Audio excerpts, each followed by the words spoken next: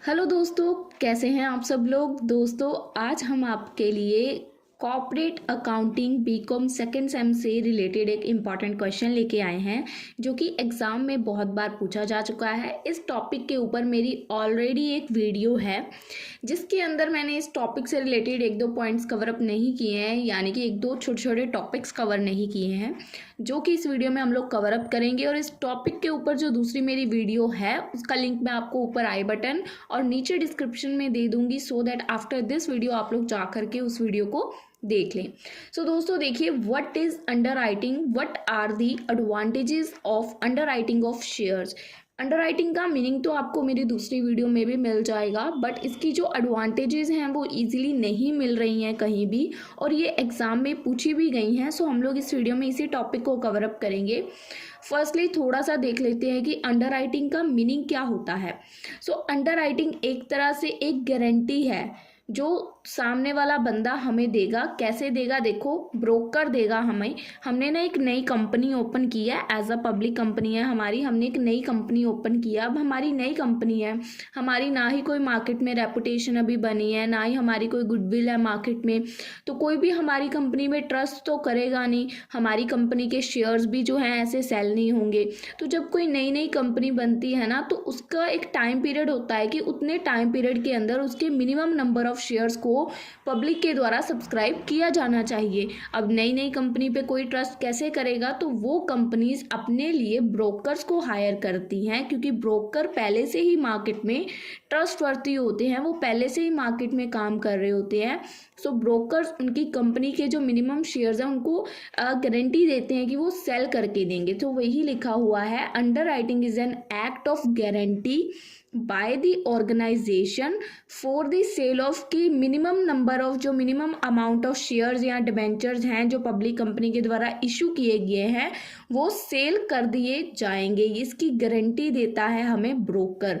According to first point, underwriting का मतलब होता है अकॉर्डिंग टू कंपनीज एक्ट, जब एक पर्सन एग्री हो जाता है कि वो जो शेयर्स हैं, जो भी अंडर राइटिंग एग्रीमेंट में स्पेसिफाइड शेयर्स लिखे हैं, ठीक है, उसने बोला कि मैं इतनी डेट तक सारे पब्लिक में इशू करवा दूंगा।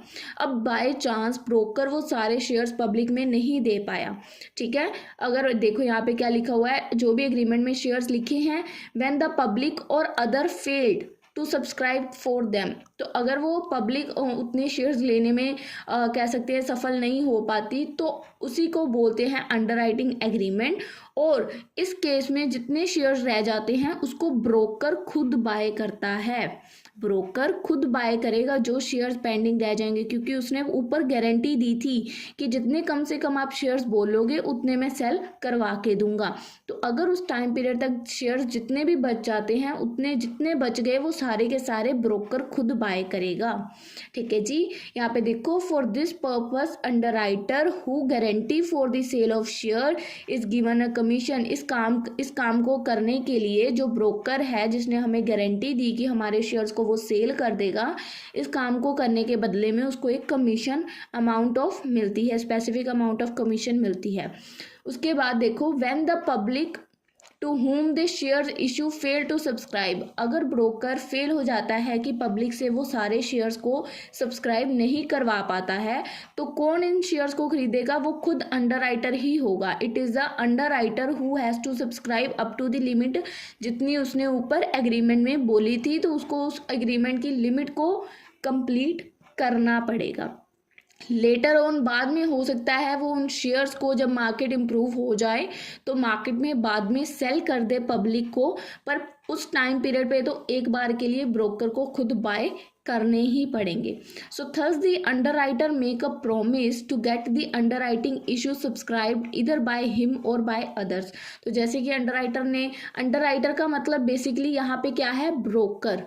ठीक है जी, तो अंडर राइटर ने जैसे कि प्रॉमिस किया कि वो जो इशू किए हैं शेयर्स उनको सब्सक्राइब कर देगा, चाहे वो खुद करे चाहे वो किसी और से करवाए। जितने दूसरों से हुए उसने करवा दिए, बाकी बचे हुए उसने खुद कर दिए। ठीक है जी। उसके बाद नेक्स्ट पॉइंट में क्या है, according to the Indian Companies Act every public limited company, जितनी भी पब्लिक कंपनी लिमिटेड है ना, जब वो ओपन होती है तो उनके पास उनकी मिनिमम कैपिटल को रेज करने के लिए एक टाइम पीरियड होता है, दैट इज़ 60 डेज। जिस दिन उस कंपनी का प्रोस्पेक्टस इशू हो गया ना, उस डे से कंपनी के पास 60 डेज होते हैं कि उसने मिनिमम नंबर ऑफ शेयर्स को सब्सक्राइब करवाना है। द डायरेक्टर अदरवाइज अगर वो ऐसा नहीं कर पाती तो डायरेक्टर को जो उसकी पब्लिक से जो भी उसने मनी रेज की है वो वापस करनी पड़ेगी, अगर 60 डेज के अंदर minimum number of share subscribe नहीं होते। तो if the return is delay, और जो पैसे रिटर्न करने हैं अगर वो रिटर्न करने में 78 डे से ज़्यादा डे लगते हैं तो कंपनी को रिफ़ंड के ऊपर उसके साथ उसका इंटरेस्ट भी पे करना पड़ेगा। ठीक है जी, अगर कंपनी को पैसे वापस करने में 78 डे से ज़्यादा दिन लगते हैं तो कंपनी को उसके ऊपर इंटरेस्ट भी पे करना पड़ेगा।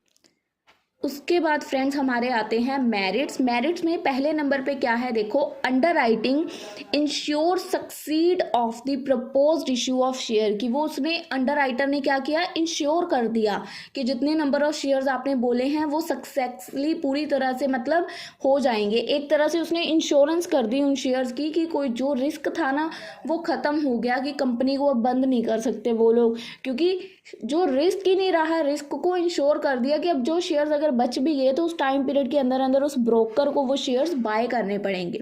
ठीक है, तो since it provide an insurance against the risk, तो एक तरह से क्या है ये मेरिट क्या है कि जो हमारा रिस्क है उसके अगेंस्ट हमें अंडर राइटर ने एक इंश्योरेंस प्रोवाइड की है, गारंटी प्रोवाइड की है। उसके बाद देखिए फ्रेंड्स नंबर 2 पे कौन सा है, underwriting enables a company to get the required minimum subscription. Underwriting क्या करती है, कंपनी को इनेबल करती है कि उसको मतलब प्रॉमिस करती है कि जितनी कम से कम उसको मिनिमम सब्सक्रिप्शन चाहिए वो उसको मिल जाएगी, चाहे वो उस सब्सक्रिप्शन को पब्लिक के द्वारा करवाए चाहे अंडर राइटर को खुद करे, वो अपनी कमिटमेंट फुलफिल ज़रूर करेगा। और नंबर 3 पे कौन सा एडवांटेज है इसकी, जो देखो अब जो अंडर राइटर है, जैसे कि मैंने बताया नई कंपनी है तो उस पर कोई ट्रस्ट नहीं करेगा, पर जो अंडर राइटर है यानी कि ब्रोकर है वो मार्केट में पहले से एग्जिस्ट करता है, यानी कि मार्केट के बहुत सारे लोग उस पर ट्रस्ट करते हैं। सो जो अंडर राइटर की रेपुटेशन है, the reputation of the underwriter act as a confidence to investor, जिन लोगों ने वहाँ उन शेयर्स में इन्वेस्ट करना है वो एक तरह से अंडर राइटर के ऊपर कॉन्फिडेंस होगा कि ये बंदा सही है, ये हमारे पैसे नहीं डूबने देगा, तो इस बेसिस पे वो उस कंपनी में इन्वेस्ट करेंगे। यानी कि इन्वेस्टर को भी तो कॉन्फिडेंस में लेना पड़ेगा ना कि इस कंपनी में इन्वेस्ट करो, वो पूछेंगे क्यों, नई कंपनी है। सो इसी वजह से एक रेप्यूटेड पर्सन ही काम करेगा यहाँ पे। तो underwriter who are call the lead manager, जो अंडर राइटर है जिसको हम लोग बोलते हैं कि वो लीड मैनेजर है, वो एक तरह से फाइनेंशियल रिकॉग्निशन प्रोवाइड करेगा कंपनी को, जिस कंपनी के शेयर्स उसने पब्लिक को इशू करने हैं। तो जो अंडर राइटर की रेपुटेशन है ना वो कंपनी के शेयर्स को इशू करने में बहुत हेल्प करेगी, और उसी वजह से जो देखो कंपनी के शेयर्स मार्केट में इशू होने हैं वो रेपुटेशन की वजह से जो कम होने थे अब ज़्यादा इशू हो जाएंगे, पब्लिक उसको ज़्यादा मायने देगी, पब्लिक उसको जल्दी बाय कर लेगी।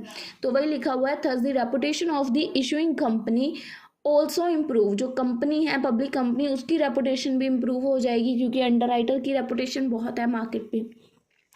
So that's all about today's video. इस वीडियो में हम लोगों ने इसका मीनिंग और इसकी कुछ एडवांटेजेस कवर अप की हैं। सो आई होप आप लोगों को टॉपिक अच्छे से क्लियर हो गया है, और अगर इस टॉपिक से रिलेटेड कुछ भी डाउट है तो आप लोग कमेंट सेक्शन में बता सकते हैं। इस वीडियो के रिलेटेड नोट्स आपको लिंक डिस्क्रिप्शन में मिल जाएगा, आप लोग वहाँ से नोट्स पिक कर सकते हैं। एंड अगर आपको कोई टॉपिक नया चाहिए तो उसके रिलेटेड आप लोग कमेंट सेक्शन में बताइए, उसके ऊपर हम लोग वीडियो लेके ज़रूर आएंगे। सो मिलेंगे आपको अपनी अगली वीडियो में, तब तक के लिए गुड बाय।